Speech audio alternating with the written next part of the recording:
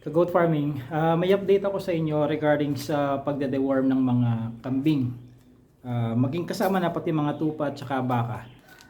Kung sinusubaybayan ninyo yung aking mga video patungkol sa mga kambing, tupa at baka, more likely narinig nyo sa akin na hindi ako nag-i-inject ng ivermectin as a dewormer sa mga kambing, tupa at baka because of the chances of ivermectin toxicity.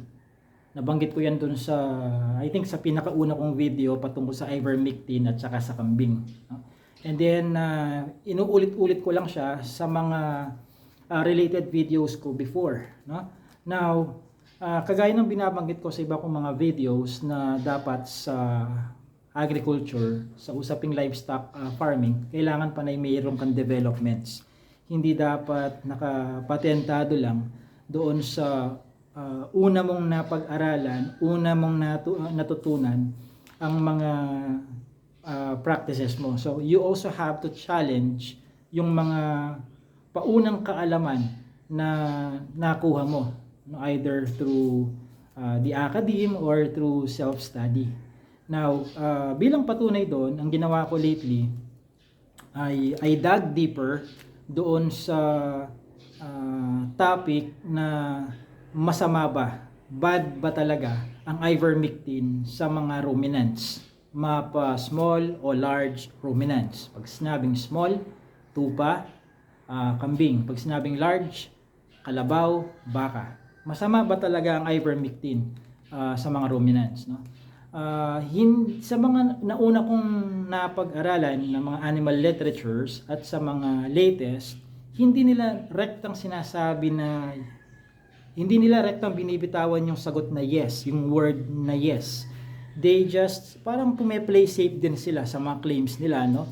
Sinasabi nila yung mga possibilities na I think ay lahat naman yata ng mga sintetikong gamot ay merong advantage at disadvantage talaga. Kahit na anong piliin mo, merong disadvantage yan, no? Pipiliin mo na lang siya kung yung mga advantages niya outweigh yung mga disadvantages. Okay? So, yun ang pagdating sa decision making, kung gagamitin mo ba siya o hindi o iba na lang, no? Now, ano ba yung mga i-recap ko lang, yung mga toxicity na binanggit ko sa mga, siguro mahigit isang taong video na yon, no? Yung nauna kong video noon. Ilan sa mga ivermectin toxicities or mga pwedeng mangyari kapag ka nasobrahan, na overdose sa ivermectin ng iyong ruminant, kambing, tupa, baka, kalabaw, ay magbanggit lang ako ng tatlo. I think marami yung mga nabasa ko before, no? Una is yung ataxia, ataxia, ataxia. Ito yung mga uncoordinated na movements, no? Halimbawa, naglalakad tapos biglang natapilok, biglang napaluhod, no? Uncoordinated movement siya. Another is yung hypermetria. Ano naman yung hypermetria? Ito yung mga excessive movements, no? Yung parang bigla siya na lang naglulundag, no? Hyper siya, kaya nga hypermetria, no? O kaya yung para siyang sinasaniban, nagiging puti yung mata niya. Hindi to pink eye, hindi yung dilatation in English, no? Ano pa sa Tagalog yung dilatation? Tumitirik, no? Yan. Tumitirik ang pupil ng mata niya, parang bumabaliktad yung eyeball, pumapaytaas doon sa dulo, no? Sa taas, no? Ang tawag naman doon ay ano kasi tawag doon? Basta may something, no? Nakalimutan ko yung scientific name niya, but sa simpleng, in normal language, dilatation of the pupils, no? Myradiasis something, I'm not sure, no? Dun sa part na yun na ano ko siya, hindi na nare-recall ng memory ko, matagal na yan, no? So yung tatlong yan, no? Ataxia, hypermetria, myradiasis or something, no? Dilatation of the pupil, uncoordinated movements, excessive movements. Yan ang ilan lang sa marami-rami na pwedeng mangyari kapag nagkaroon ng ivermectin overdosage, no? Now, paano maiiwasan yung ivermectin overdosage? So kailangan, as usual, magbasa ka doon sa label, no? Basahin mo yung administrative instructions, no? Kaya doon sa mga nagtatanong sa akin pansin nyo, pag nagtanong kayo sa akin ng ilang ml po, ilang cc, gaano karami, ano ang madalas kong sinasabi? Basahin ninyo yung administrative instructions na nakasulat either sa sachet, o kaya sa kahon, o kaya doon sa bote, kung ano man yung pinaglagyan ng container ng gamot na binili ninyo. Hindi kayo magkakamali doon kung babasahin nyo mismo doon. Hindi ko pwedeng sagutin na ilang cc ho, kasi baka naman ivermectin nga parehong gamit natin, magkaibang manufacturer pala. No? Itong gamit kong ito, 0.3% lang na ivermectin solution to. May mga ivermectin na 1% solution. So, hindi ko po pwedeng i-assume na parehas yung pinapatungkulan mo sa tinutukoy ko rin naman. Baka naman na mababa yung dosage na babanggitin ko, kaya sobra pala siya relatibo doon sa kung anong hawak mo ngayon, ano yung nabili mo na or balak mo palang bilhin. No? So, para hindi na lang ako mag-assume at humaba ang usapan natin by asking you kung anong brand ang tinutukoy mo, tapos hihintayin pa kitang mag-reply. Para wala nang ganung hintayan, sinasabi ko na lang, basahin din sa instructions. No? So, ano yung mga iba kong na-research lately? No? Na-research ko lately na napagtanto ko, no, dun sa, when I dug deeper nga dun sa aking research, na may mga magagandang dulot din pala ang pagbibigay ng ivermectin. Una na dyan is yung nagkakaroon ka ng alternative para hindi na lang palaging albendazole ang pamurgang binibigay mo sa kambing. No? So, yung ivermectin kasi dalawa yung administration yan or route of administrations. No? Pwedeng oral, parang albendazole or fenbendazole. No? Pwedeng oral yan. Or pwede rin ini-inject subcutaneously sa balat. Hindi siya intramuscular, hindi sa muscle, kundi sa balat. Now, kung aling route of administration ang dapat mong gamitin. So, yan ang next na tanong. Kumporme kung anong mga parasites yung gusto mo daw na fokusan. Aling mga parasites ang gusto mong pulbusin talaga, no? Saan magfo-focus yung pamurga? Saan mo gustong mag-focus yung ivermectin na dewormer? Okay, ganito. Halimbawa, kung ang kambing mo, tupa, baka o kalabaw mo ay tingin mo ay marami siyang garapata, no? Hindi mo alam kung saan nagmula ang garapata, no? Hindi mo alam kung baka siya na may garapata or garapata na may kaunting baka. Halimbawa, ganun yan. So, in that case, kapag extreme situation na daming kuto, garapata ng baka mo, ng kambing mo, I would suggest na mag-focus ka doon sa pagpatay doon sa mga external parasite. Since nandoon ang focus, anong route of administration ang sinasabi ng pinag-aralan ko na dapat mong focusan? Saan mo siya dapat i-administer? Oral ba or i-injectan mo siya subcutaneously sa balat? Ang sinasabi ng naaral ko is mas effective daw, mas mataas daw yung level of ivermectin doon sa plasma, kumbaga doon sa parang liquid sa dugo yan, ano? Well, I know the blood itself is liquid, pero what's the bet? For the lack of a better word na lang, sige. Ganito eh. Di ba kapag nagbabike ka, nagbibisikleta ka, tumatakbo ka, nadapa ka, nagkaroon ka ng galos dito, makikita mo after lumabas ng dugo, parang meron siyang nagmamanti-mantika, di ba? Yung sugat natin. Di mo alam kung tubig ba yan o mantika, no? Hindi naman siya dugo dahil malinaw siya, clear siya, no? Na may yellow, plasma yon, no? Now, mas mataas daw ang antas ng ivermectin sa plasma kung ang route of administration mo ay through subcutaneous sa balat.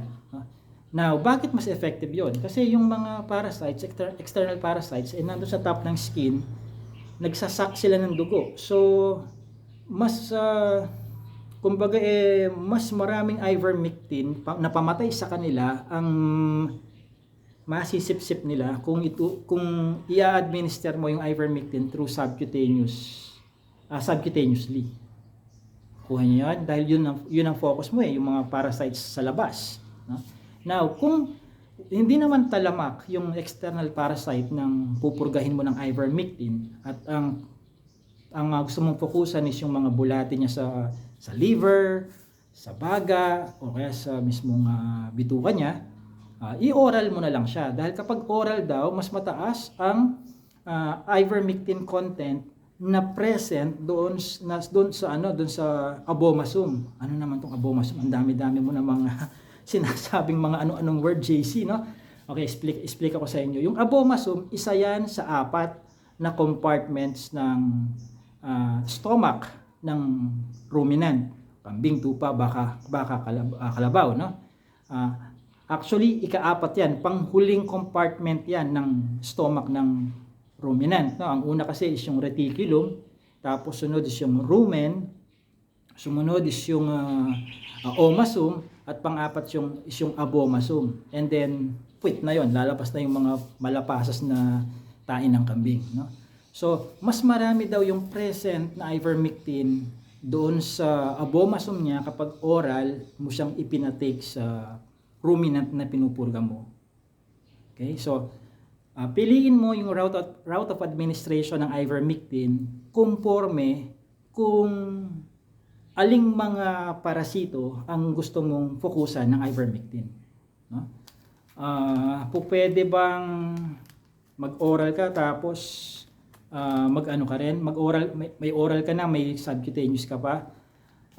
I don't suggest doing that kasi tataas yung chance ng overdosing mo or yung toxicity. Kasi papaano mo i-measure yon?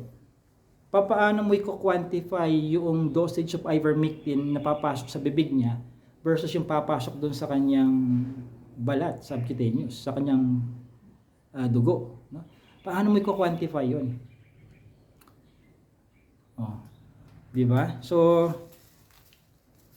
ang suggestion ko, pili ka ng isa. Saan mo gusto mag-focus? External parasites, internal parasite. Kung external parasite, subcutaneous. Kung internal parasite, oral. Tapos sa next schedule mo ng deworming, o alternate mo siya. Kung sa nakaraan ay nag-oral ka, sa susunod mag-subcutaneous ka. Kung nag-subcutaneous ka ng una, sa susunod mag-oral ka. Ganun ang gagawin. Para maiwasan lang yung toxicity or overdosage, no? Para maiwasan. So ako ngayon, so nabahagi ko na sa inyo, no? So meron ng development ngayon sa Alpha Adventure Farms in so far as the usage of ivermectin as a dewormer is concerned. So yun ang latest ngayon. So as of November 2023, gagamit na ako ng ivermectin solution. Ang uunahin ko muna ay yung doon sa oral. Oral muna kasi powder to. Hindi naman pwedeng i-inject mo to. Iba yung ivermectin na pang subcutaneous pang inject. Hindi po pwedeng haluan ng tubig tapos sipsipin gamit ng hiringgilya tapos ipapasok sa balat. Hindi po pwede. Pang oral lang to. Kaya mahalaga na kapag bumibili kayo ng kahit anong bilhin niyo sa AgriVet, wag niyo lang basta-basta sabihin na pabili po ng pamurga yung ivermectin. Tapos pag tinanong ka ng cashier, sales boy, sales lady, ano pong ivermectin? Basta ivermectin, bahala ka na. Ay, hindi po pwedeng ganun. Dapat mas alam mo kaysa sa tindera. Otherwise, gumagawa ka ng bagay na hindi mo talaga alam, no? So mahirap 'yon. Tina-trial and error mo ang kambing mo o ang alaga mong hayop pagka ganun, no? So i-dilute ko ngayon ito sa tubig tapos i-oral ko, susundin ko yung timbang, ilang kilo ang live weight, no? So gagamit ako ng dalawa para sa dalawang kambing. Kasi yung isa ay 65 kilos, yung isa naman ay 45. So nasa 110 kilos 'yon pag according dito kapag ito